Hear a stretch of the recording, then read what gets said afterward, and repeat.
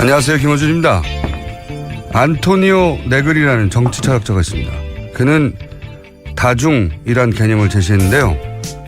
국민이나 대중으로는 설명할 수 없고 나이, 지역, 직업, 성별 등 기존의 기준으로는 분류할 수 없는 불특정 다수로 이들은 단일한 지도부를 가지지 않고 물질이 아닌 가치를 생산하고 공유하는 개방, 수평, 참여, 분산 네트워크다. 이 다중이 우리 현대사에서 가장 구체적인 형태로 드러나는 것이 촛불 시위입니다.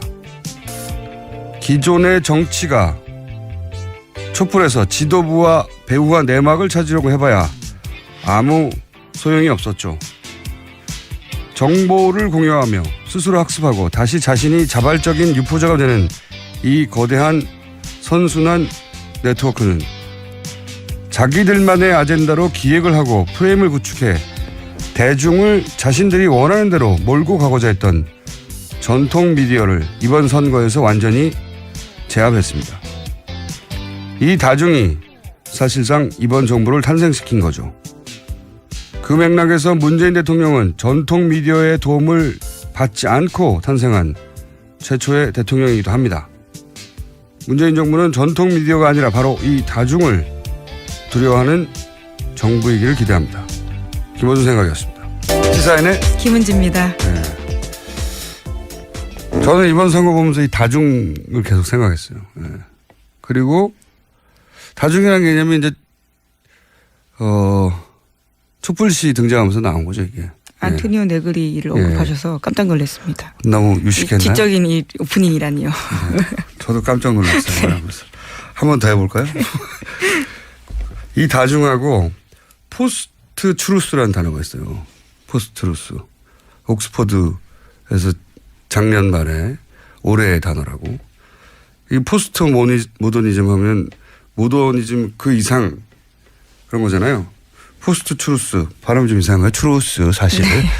이게 뭐냐면 진실 그 자체가 중요한 게 아니고 이거는 이제 각자 자기 방식으로 재구성해서 자기들만의 진실을 따로 만들어내는 시대 뭐 이런 뜻인데 이게 가장 낮은 단계에서는 가짜뉴스가 나오는 거죠. 근데 좀 더 나아가면 전통 뉴스, 전통 미디어의 뉴스를 그대로 받아들이는 게 아니라 자기들이 검증하고 막 따져보고 반박하고 대체하고 그래서 자기들만의 뉴스를 만들어내는 거죠. 근데 그리고 나서 이 포스트루스하고 다중이 만나서 이번 선거에서는 기존 미디어가 판을 주도했던 게 아니다. 이 다중이 자기들만의 뉴스로 판을 주도했는데 이걸 이해하지 못하면 제가 보기엔 기존 언론사들은 큰일 날 수도 있습니다. 점점 미디어 지형이 바뀌고 있다 보니까요. 여러 가지 도전에 직면하고 있습니다. 시사인도 마찬가지일 거예요. 그렇죠. 네. 이 얘기는 언젠가 한번 전문가인 저와 함께 네. 제가 얘기 나누도록 하겠고요. 자, 그럼 뉴스 첫 번째 뉴스는 뭡니까? 네, 북한이 어제 동해 방향으로 탄도미사일을 발사했습니다. 문재인 대통령은 보고를 받은 직후에 국가안전보장회의 소집을 지시했고요. 오전 8시부터는 직접 회의를 주재했습니다. 특히 청와대는 분 단위로 미사일 발사 대응 상황을 상세하게 공개해서 눈길을 끌었습니다. 문 대통령은 북한과의 대화 가능성은 열어뒀지만 북한이 이를 오판해서는 안 된다면서 도발에는 단호하게 대응해야 한다라고 지시했습니다. 그렇죠. 뭐 이 말 외에는 할 게 없죠. 단호하게 대응해야 한다. 근데 사실 이 북한이 새로운 정부가 출범하고 나면 의뢰 우리가 만만한 상대가 아니다라고 하면 각종 시그널을 보내는 건 항상 해왔던 건데 그런 목적도 있고 그보다 더 큰 목적은 저는 중국한테 달리는 메시지인 것 같아요. 네, 현재 큰 행사를 하고 있는 중입니다. 네, 1대1로라고 이게 영어로 원 벨트 원 로드예요. 별거 아니에요. 뭐냐면은 전 세계를 하나의 길로 같은 구역을 묶어버리겠다 이런 거거든요. 1대. 뭐 무슨 벨트 이런 거 있지 않습니까? 지역을 묶는 거. 전 세계를 하나의 길로 하나의 구역을 묶는다는 건데 실크로드. 새로운 실크로드를 만들어내겠다는 거예요. 그래서 육로로는 철도로 유럽의 끝까지 가고 이 철로는 거의 다 만들었을걸요. 예.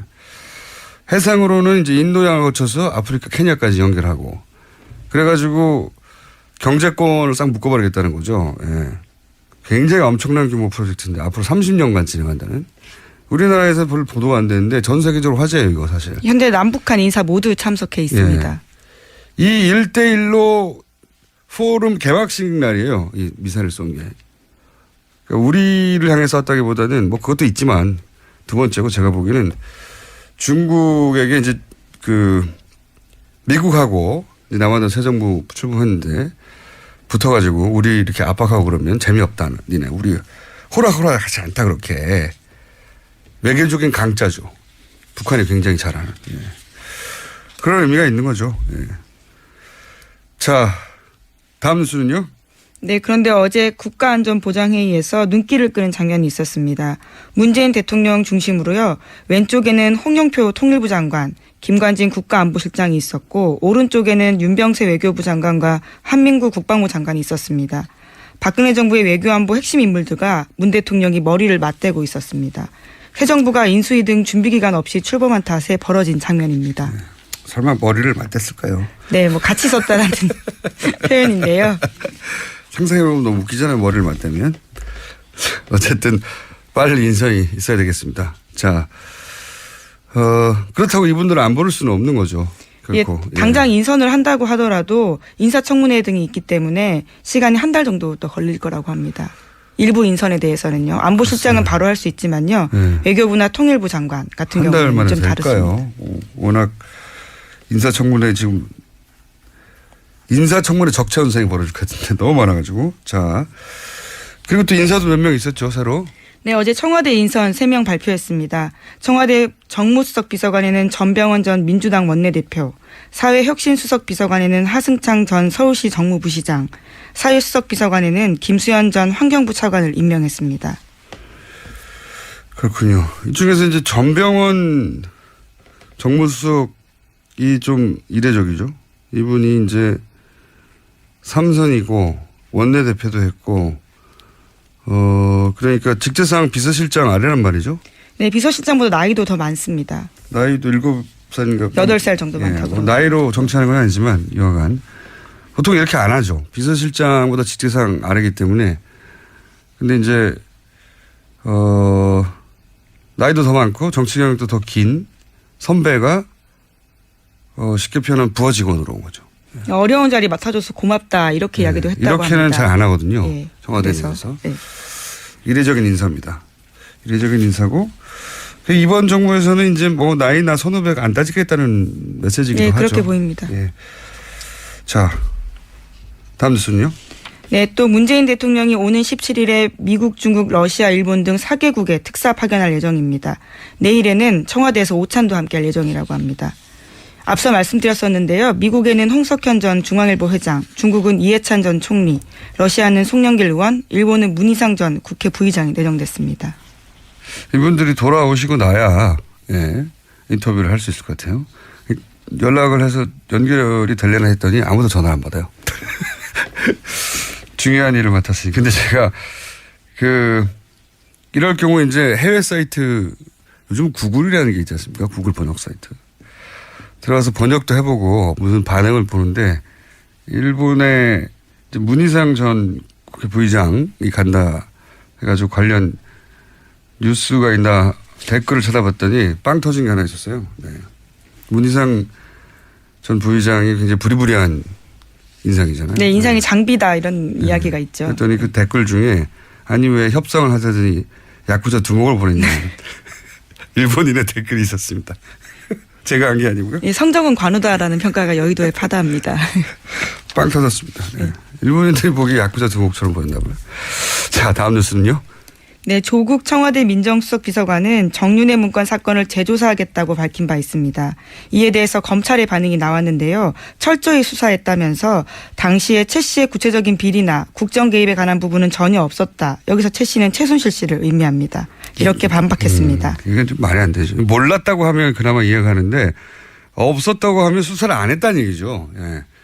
어떻게 없을 수가 있어요. 왜 없었냐면 생각해 보면 당시는 이 사건의 실체가 아니라 유출 경위를 문제 삼는다는 가이드라인을 대통령이 내놓았죠. 네, 그때 심지어 찌라시 수준의 이야기다 이런 이야기까지 했었습니다. 그래서 수사를 안 했던 거죠. 없었던 게 방향을 아예 아니고. 틀어버리고요. 예. 근데 이건 뭐 전형적인 검찰의 뭐랄까요. 조직 보호. 그렇죠. 예, 저항. 우리는 할 바를 다 했다. 이번에는 제가 보기에는 이런 조직적인 저항이 여태 비교적 성공해 왔거든요. 모든 정권 초기에는 항상 검찰 개혁 얘기가 나오고 공수처 얘기 나온 지도 20년이 넘었고요. 항상 실패했어요. 예, 검찰이 자기 권한을 지키는 데 굉장히 능숙했고 제가 보기에는 근데 이번에는 어렵다. 네, 디테일로 어렵다. 따져보면요. 당시에 정윤회 씨 집조차 압수수색 안 했거든요. 수사의 기본인데 안 한 게 굉장히 많습니다. 그리고 뭐 본인들 이름으로 된 휴대전화에 통화 목록이 없다. 네, 특정 장소에 가지 않았다 이런 주장을 했는데요. 아니 다 대포폰으로 했다는데. 그렇죠. 예. 수사를 안 한 거죠. 예. 제가 보기에는 이런 말을 하지 않았으면 더 좋았을 것을 이런 생각이 듭니다. 제가 보기에는. 이번에는 검찰 반발이 택도 없다. 결과를 봐야 알겠지만 그런 생각이 듭니다. 자, 다음 뉴스는요. 네, 청문회를 앞두고 야3당도 본격적인 재정비에 나섰습니다. 자유한국당과 국민의당은 당권 경쟁이 본격화되고 있고 바른정당도 당의 진로를 고민하고 있습니다. 자유한국당은 오는 7월에 전당대회 열린다고 하고요. 국민의당 같은 경우에는 내일 원내대표 선거 있습니다. 네. 이 소식은 저희가 오늘 마지막 오자 토론이거든요. 마지막 오자 토론. 예. 마지막 오자 토론 다 짚어보기로 하고요. 다음 뉴스는요. 네, 이와 관련해서 안철수 전 대표도 입장을 내놓은 바 있는데요. 어제도 낙선 인사하면서 이렇게 이야기했습니다. 5년지 제대로 된 시대 정치인을 구현하는 사람으로 인정받아서 50% 이상 지지받을 수 있도록 혼신의 힘을 다하겠다. 이렇게 말했습니다. 5년 뒤에 예. 출마 선언을 한 거네 다시. 네, 어제 밝힌 입장입니다. 아니 이번 대선 끝나고 5일 만에 다시 출마 선언하는 거는 이건 좀 조급한 것 같네요. 예. 뭐랄까요. 본인이 획득한 700만 표가 흩어지지 않도록 마음이 좀 조급한 것 같은데 이 문제도 역시 오자 토론을 다시 한번 얘기해 보겠습니다. 자, 다음 뉴스는요. 네, 세월호에서 참사 당시 일반인들이 머물렀던 3층에서도 사람뼈로 추정되는 뼈가 나왔습니다. 또 어제 4층에서도 사람뼈로 추정되는 유골이 나왔는데요. 그곳은 단원고 학생들이 사용했던 방입니다. 세월호 관련해서는 문재인 대통령이 워낙 관심이 많아서 철저한 재조사 내지는 좀 더 권한이 강화된 특조위의 출범 뭐 여러 가지 형태로 이 사건이 다시 다뤄지겠죠.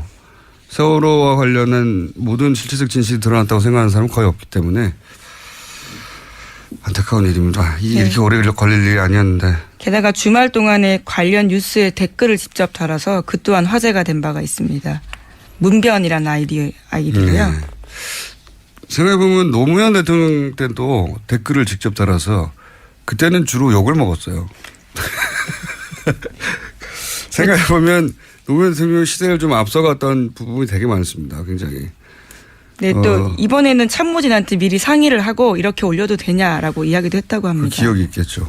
댓글을 다셔가지고 지금 생각해보면 욕먹을 일이 아닌데 그때 그리고 지금 하는 파격적인 뭐 행보나 인사 이런 것도 탈권위 뭐 이런 것들. 당시에는 부정적인 평가를 되게 많이 받았어요.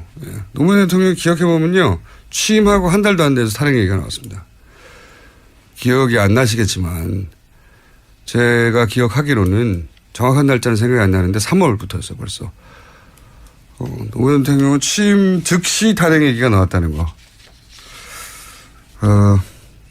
여하간 자 댓글도 직접 달았다고 하고요. 뉴스가 별로 될 일이 아닌데 뉴스가 됐습니다.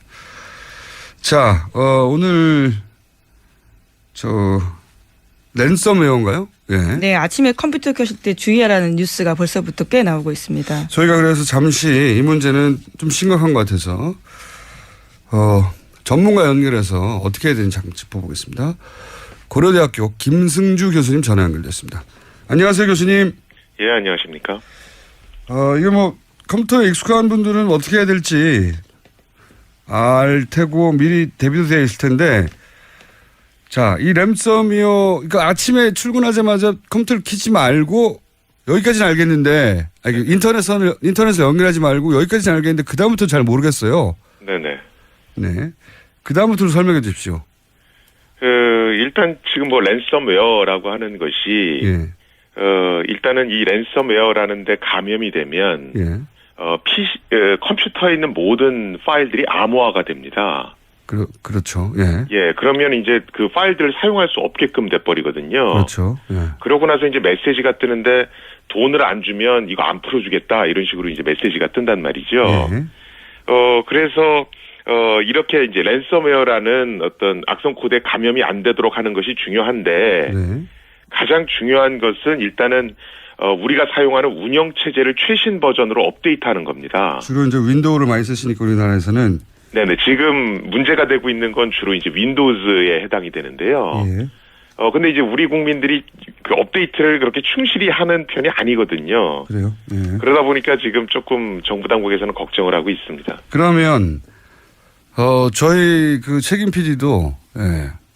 출근해가지고 인터넷을 연결을 끊으라고 했더니 네. 인터넷 연결을 어떻게 끊어야 되는지도 모르겠고 네. 그리고 연결을 어떻게 끊었는데 그럼 할 수 있는 일이 없고 메일도 못 받고 네네. 그래서 그냥 다시 연결했다고 하는 그런 바보 같은 멘트를 저한테 했거든요 아침에.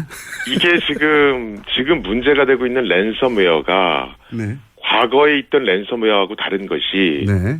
과거에 있던 랜섬웨어는 뭐 이메일에 첨부된 문서를 클릭한다거나 네.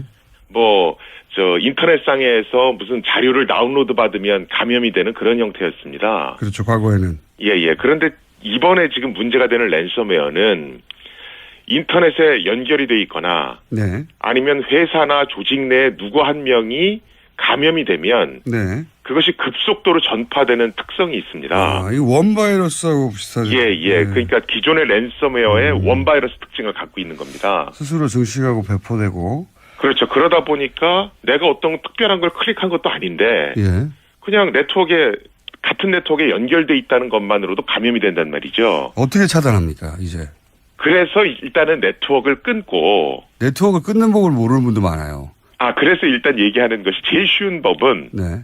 그냥 랜선을 뽑아버리는 겁니다. 자, 본체 뒤에 보면은 예. 그죠? 본체 뒤에 이렇게 인터넷 선이 연결돼 있잖아요. 보통 회색으로 된 네네. 케이블 선이 있죠. 네네. 그 중에서 제일 굵습니다. 네네. 그러니까 PC 뒤에 연결되어 있는 선 중에는 제일 굵고 회색이고 보통. 네네. 혹은 노트북이면 이제 와이파이를 꺼야 되는 거죠, 보통. 예. 네.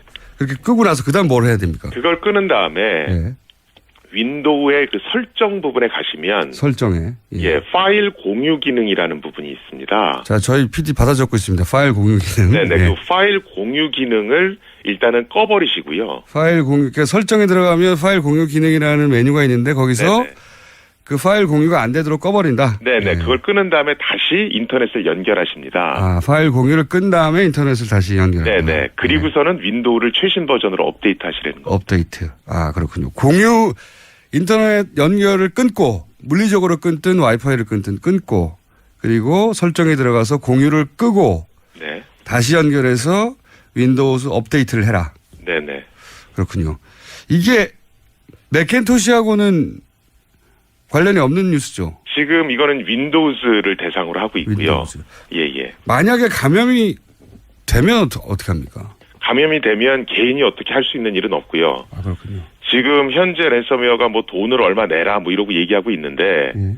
돈을 지불해도 예. 그것을 안 풀어줄 확률이 굉장히 높습니다. 아하. 하긴. 그래서 일단 감염이 되면 네. 아주 솔직하게 말씀드리면 방법이 없습니다. 그게 이제 예를 들어서 PC 복구하는 전문 업체에 들고 가도 안 되는 겁니까? 그게 암호를 풀어야 되는데요. 네. 그걸 풀지 못할 확률이 아주 높습니다. 쉽게 풀릴 암호는 아니겠죠. 예. 그래서 이제 항상 얘기하는 것이 운영 체제 같은 거는 항상 최신 버전으로 업데이트 하시고 예. 자료들은 항상 별도의 하드디스크에 백업을 받아 두십시오라고 얘기하는 겁니다. 뭐 거기까지는 아는데 그게 이제 귀찮아서 잘 안 하는 경우도 있고 또는 잘 몰라서 안 하는 경우도 있는데. 그런데 지금 문제는 이런 랜섬웨어가 네. 최근 들어서 굉장히 급증하고 있거든요. 네네. 그래서 최근에 또 북한도 이런 랜섬웨어를 통해서 외화벌이를 하고 있다 뭐 이런 얘기도 있고요.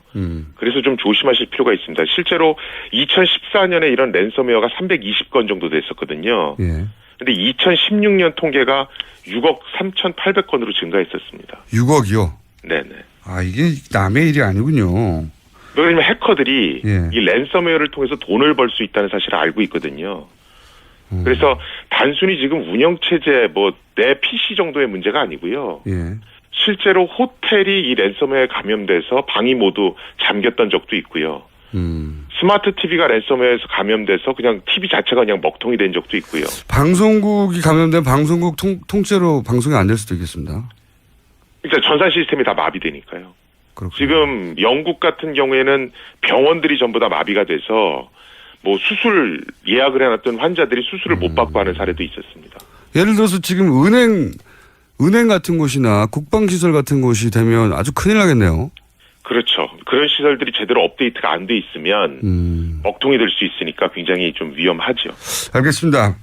마지막으로 다시 한번 정리하면 선을 뽑거나 아니면 와이파이를 끄고 설정에 들어가서 공유라는 메뉴가 있는데 파일 공유. 그 메뉴에서 공유를 끄고 그런 다음에 다시 인터넷 연결해서 최신으로 업데이트하라. 네네. 알겠습니다. 오늘 여기까지 하겠습니다. 감사합니다. 네, 고맙습니다. 지금까지 고려대학교 사이버 국방학과 김승주 교수였습니다. 자, 시사인의 김은지였습니다. 감사합니다. 안녕하세요. 김어준입니다. 안토니오 네그리라는 정치철학자가 있습니다. 그는 다중이란 개념을 제시했는데요. 국민이나 대중으로는 설명할 수 없고 나이, 지역, 직업, 성별 등 기존의 기준으로는 분류할 수 없는 불특정 다수로 이들은 단일한 지도부를 가지지 않고 물질이 아닌 가치를 생산하고 공유하는 개방, 수평, 참여, 분산 네트워크다. 이 다중이 우리 현대사에서 가장 구체적인 형태로 드러나는 것이 촛불 시위입니다. 기존의 정치가 촛불에서 지도부와 배후와 내막을 찾으려고 해봐야 아무 소용이 없었죠. 정보를 공유하며 스스로 학습하고 다시 자신이 자발적인 유포자가 되는 이 거대한 선순환 네트워크는 자기들만의 아젠다로 기획을 하고 프레임을 구축해 대중을 뭐지 않습니까? 지역을 묶는 거. 전 세계를 하나의 길로 하나의 구역을 묶는다는 건데 실크로드, 새로운 실크로드를 만들어내겠다는 거예요. 그래서 육로로는 철도로 유럽의 끝까지 가고 이 철로는 거의 다 만들었을걸요. 예. 해상으로는 이제 인도양을 거쳐서 아프리카 케냐까지 연결하고 그래가지고 경제권을 싹 묶어버리겠다는 거죠. 예. 굉장히 엄청난 규모 프로젝트인데 앞으로 30년간 진행한다는. 우리나라에서 별로 보도가 안 되는데 전 세계적으로 화제예요, 이거 사실. 현재 남북한 인사 모두 참석해 있습니다. 예. 이 1대1로 포럼 개막식 날이에요. 이 미사일을 쏜 게. 그러니까 우리를 향해 쐈다기보다는 뭐 그것도 있지만 두 번째고 제가 보기에는 중국에게 이제 미국하고 이제 남아던 새 정부 출범했는데 붙어가지고 우리 이렇게 압박하고 그러면 재미없다. 니네 우리 호락호락 하지 않다 그렇게. 외교적인 강자죠. 북한이 굉장히 잘하는. 예. 그런 의미가 있는 거죠. 예. 자, 다음 뉴스는요? 네, 그런데 어제 국가안전보장회의에 뉴스 첫 번째 뉴스는 뭡니까? 네, 북한이 어제 동해 방향으로 탄도미사일을 발사했습니다. 문재인 대통령은 보고를 받은 직후에 국가안전보장회의 소집을 지시했고요. 오전 8시부터는 직접 회의를 주재했습니다. 특히 청와대는 분 단위로 미사일 발사 대응 상황을 상세하게 공개해서 눈길을 끌었습니다. 문 대통령은 북한과의 대화 가능성은 열어뒀지만 북한이 이를 오판해서는 안 된다면서 도발에는 단호하게 대응해야 한다라고 지시했습니다. 그렇죠. 뭐 이 말 외에는 할 게 없죠. 단호하게 대응해야 한다. 근데 사실 이 북한이 새로운 정부가 출범하고 나면 의뢰 우리가 만만한 상대가 아니다라고 하면 각종 시그널을 보내는 건 항상 해왔던 건데 그런 목적도 있고 그보다 더 큰 목적은 저는 중국한테 달리는 메시지인 것 같아요. 네, 현재 큰 행사를 하고 있는 중입니다. 네, 1대1로라고 이게 영어로 원벨트 원로드예요. 별거 아니에요. 뭐냐면은 전 세계를 하나의 길로 같은 구역을 묶어버리겠다 이런 거거든요. 일대.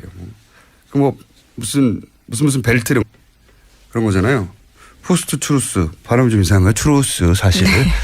이건 뭐냐면 진실 그 자체가 중요한 게 아니고 이거는 이제 각자 자기 방식으로 재구성해서 자기들만의 진실을 따로 만들어내는 시대 뭐 이런 뜻인데 이게 가장 낮은 단계에서는 가짜뉴스가 나오는 거죠. 근데 좀 더 나아가면 전통 뉴스, 전통 미디어의 뉴스를 그대로 받아들이는 게 아니라 자기들이 검증하고 막 따져보고 반박하고 대체하고 그래서 자기들만의 뉴스를 만들어내는 거죠. 근데 그리고 나서 이 포스트하고 다중이 만나서 이번 선거에서는 기존 미디어가 판을 주도했던 게 아니다. 이 다중이 자기들만의 뉴스로 판을 주도했는데 이걸 이해하지 못하면 제가 보기엔 기존 언론사들은 큰일 날 수도 있습니다.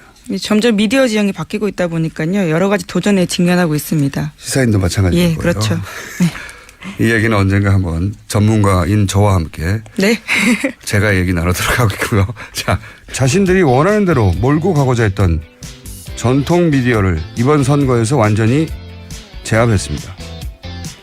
이 다중이 사실상 이번 정부를 탄생시킨 거죠. 그 맥락에서 문재인 대통령은 전통 미디어의 도움을 받지 않고 탄생한 최초의 대통령이기도 합니다. 문재인 정부는 전통 미디어가 아니라 바로 이 다중을 두려워하는 정부이기를 기대합니다. 김호준 생각이었습니다. 시사인의 김은지입니다. 네. 저는 이번 선거 보면서 이 다중을 계속 생각했어요. 네. 그리고 다중이라는 개념이 이제 촛불시 등장하면서 나온 거죠 이게. 안토니오 네그리를 언급하셔서 깜짝 놀랐습니다. 너무 유식했나요? 지적인 이 오프닝이라니요. 네. 저도 깜짝 놀랐어요. 한 번 더 해볼까요? 이 다중하고 포스트 트루스라는 단어가 있어요. 포스트 트루스. 옥스퍼드에서 작년 말에 올해의 단어라고. 이 포스트 모더니즘 하면 모더니즘 그 이상